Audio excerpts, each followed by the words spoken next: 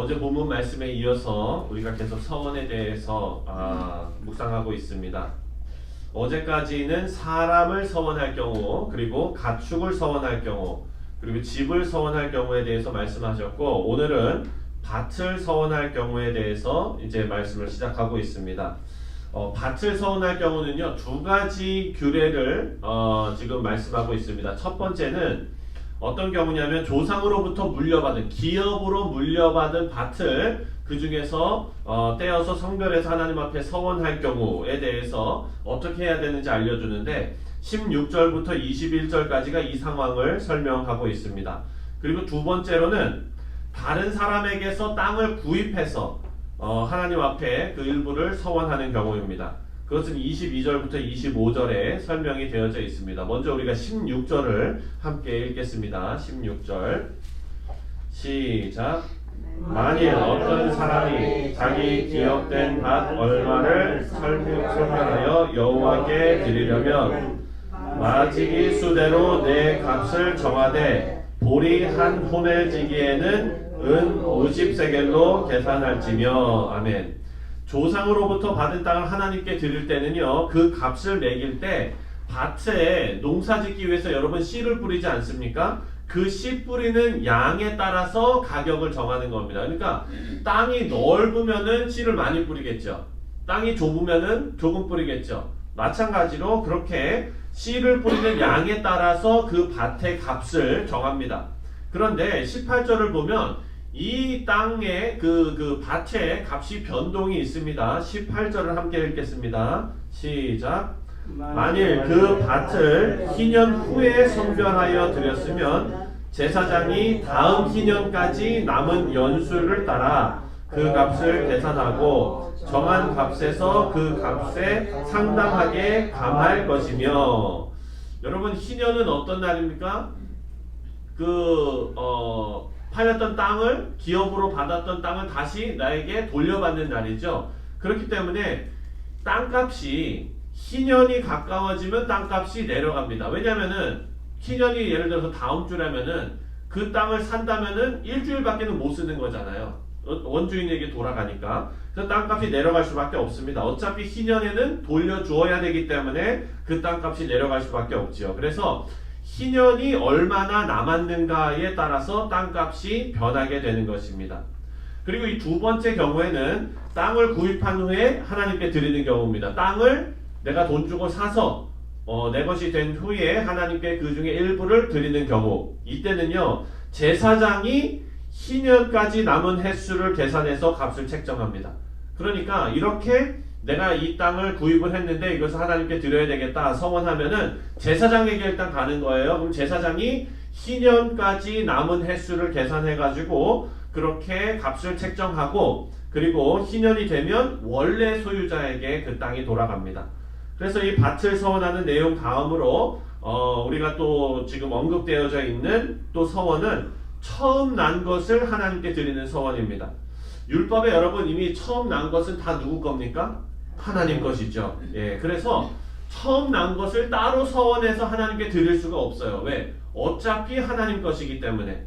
그래서 하나님께 제물로 드릴 수 없는 부정한 동물, 그 동물에 대해서는 하나님 앞에 드릴 수가 없기 때문에 그 동물을 사와야 됩니다. 그러니까 여러분 이걸 잘 지금 생각을 하셔야 되는 게, 하나님 앞에 드릴 수 있는 정한 동물은 첫 번째 나오는 게 다 누구 거라고요? 하나님 거. 그래서 그것은 하나님께 제물로 드리잖아요. 그렇죠? 그런데 부정한 동물들 있잖아요. 부정한 동물들. 그 부정한 동물들의 첫째는 다 누구 겁니까? 그렇죠? 이게 이제 헷갈리는 거예요. 네. 왜냐면 정한 동물은 하나님께 드릴 수 있으니까 하나님 거 같은데 부정한 동물은 누구 건가 생각하는데요. 오늘 본문 말씀을 보니까 부정한 동물의 첫째도 다 하나님 거예요. 그런데 이 부정한 동물이기 때문에 하나님께 제사로 드릴 수가 없잖아요. 그래서 이것을 하나님께 제사를 드리지 못하니까 이 동물의 값을 원래 하나님 거니까 우리가 사갖고 오는 겁니다. 예, 그래서 이 동물의 값을 우리가 사갖고 와야 되는데 하나님 것을 그냥 가지고 오는 게 그냥 갖고 올 수가 없으니까 거기에 5분의 1을 더하라 그래요. 20%. 이 부정한 동물의 값에 20%를 더 주고 이 동물을 사갖고 오는 겁니다. 이제 여러분 이해되셨죠? 30절 말씀에 보면 이제 11조에 대해서 나옵니다. 30절 말씀을 함께 읽겠습니다. 30절 시작. 그리고 그 땅의 10분의 1 곧 그 땅의 곡식이나 나무의 열매는 그 10분의 1은 여호와의 것이니 여호와의 성물이라. 아멘. 10분의 1은 다 누구 것입니까? 하나님의 것이다 라고 말씀합니다. 그런데 여러분 우리가 생각해야 되죠. 10분의 1만 하나님의 것이고 나머지는 다 내 것입니까? 그렇지가 않아요. 그래서 우리가 11조로 시험 받는 그런 분들이 많이 계세요. 11조를 생각할 때 우리가 이 생각을 좀 바꿔야 되는 게 뭐냐면 우리가 내 것의 10%를 하나님께 드리는 게 아니라 하나님 것의 90%를 내가 받아서 지금 누리고 있다라고 생각을 해야 됩니다.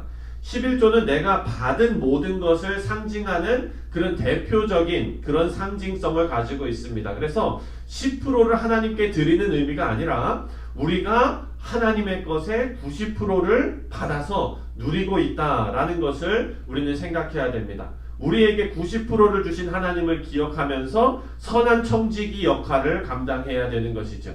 사랑하는 성도님들, 우리가 이 땅에 사는 게 끝입니까? 그렇지 않습니다. 이 땅에 사는 것이 끝이 아니기 때문에 우리 믿는 사람들의 삶을 자꾸 나그네의 삶, 그리고 우리가 가진 것을 다 내 것이 아니라 청지기의 삶, 나그네와 청지기가 우리가 천국 소망을 가지고 사는 사람이라는 것을 증명하는 그 요소입니다. 그래서 믿음의 백성들은요, 이렇게 하나님께서 우리에게 주신 것을 우리가 받아서 청지기의 삶을 살고, 그리고 하나님께서 다시 오실 때에, 그리스도께서 다시 오실 때에 저 천국으로 가는 그 소망을 가지고 다 놓고 갈 수 있는 그런 마음 자세가 되어야 될 줄 믿습니다. 그래서 32절과 33절을 보면은요, 우리가 어떤 마음으로 11조를 해야 되는가를 설명하고 있습니다. 32절과 33절 함께 읽겠습니다. 시작. 소나 양의 11조는 목자의 지팡이 아래로 통과하는 것의 10번째 것마다 여호와의 성물이 되리라.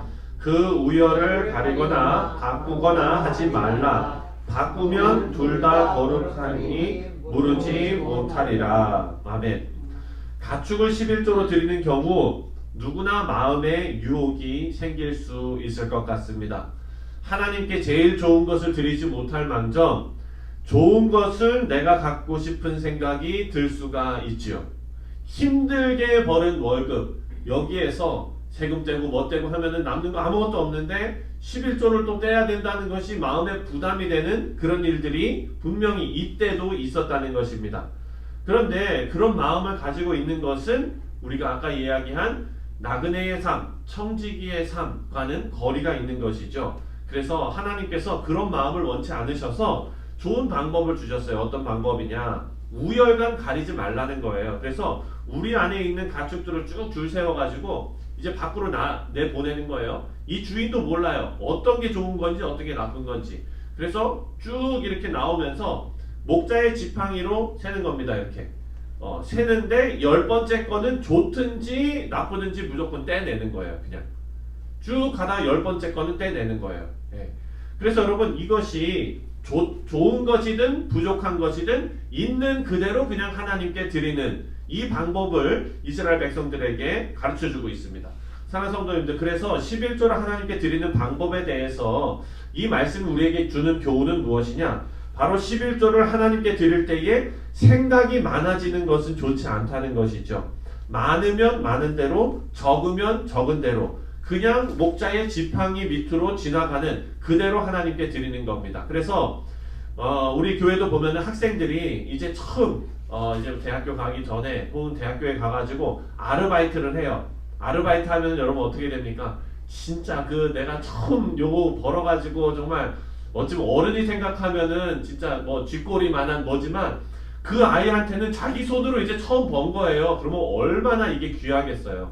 그런데 거기에서 11조를 떼는 거예요. 그 적은 것에서도 자기 번 소득의 적은 대로 하나님께 11조를 드리고 또 나중에 이 자녀가 장성해서 하나님께서 복 주시고 은혜 받아서 사업이 크게 번창했어요. 많은 소득이 있다면 또 그 많은 데서도 하나님께 드리면 되는 겁니다.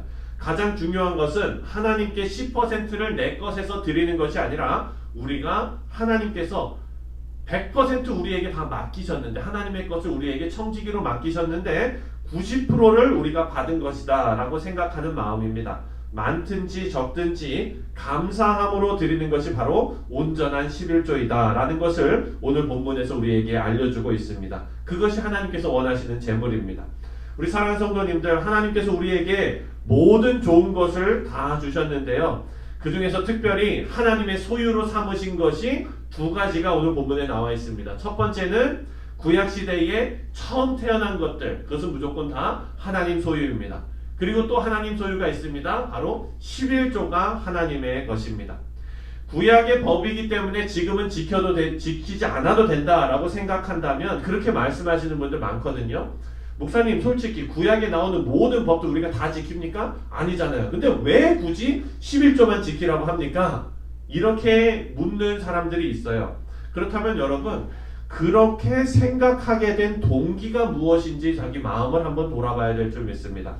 내가 가진 것, 모든 것이 다 내 거라고 생각하면서 아까운 마음에 그런 생각을 하게 된 것은 아닌지 돌아보고, 모든 것이 하나님 것이라는 사실을 인정하고 충성된 청지기의 삶을 살아가는 인생이 되도록 우리는 우리 마음을 다스리고 하나님 앞에 기도해야 될 줄 믿습니다.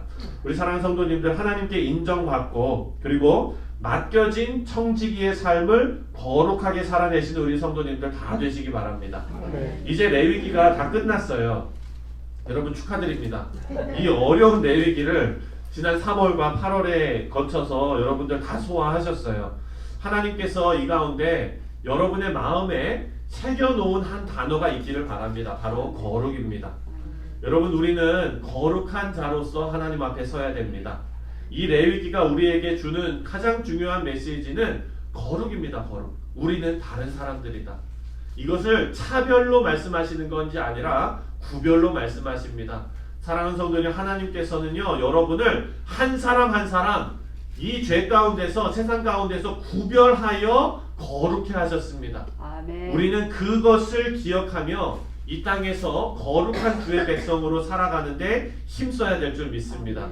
오늘부터 또 이제 하루를 시작하는데요, 여러분, 오늘 하루도 거룩한 하나님의 백성으로 하나님의 기쁨이 되시는 그런 여러분들 다 되시기를 다시 한번 주님의 이름으로 축원드립니다.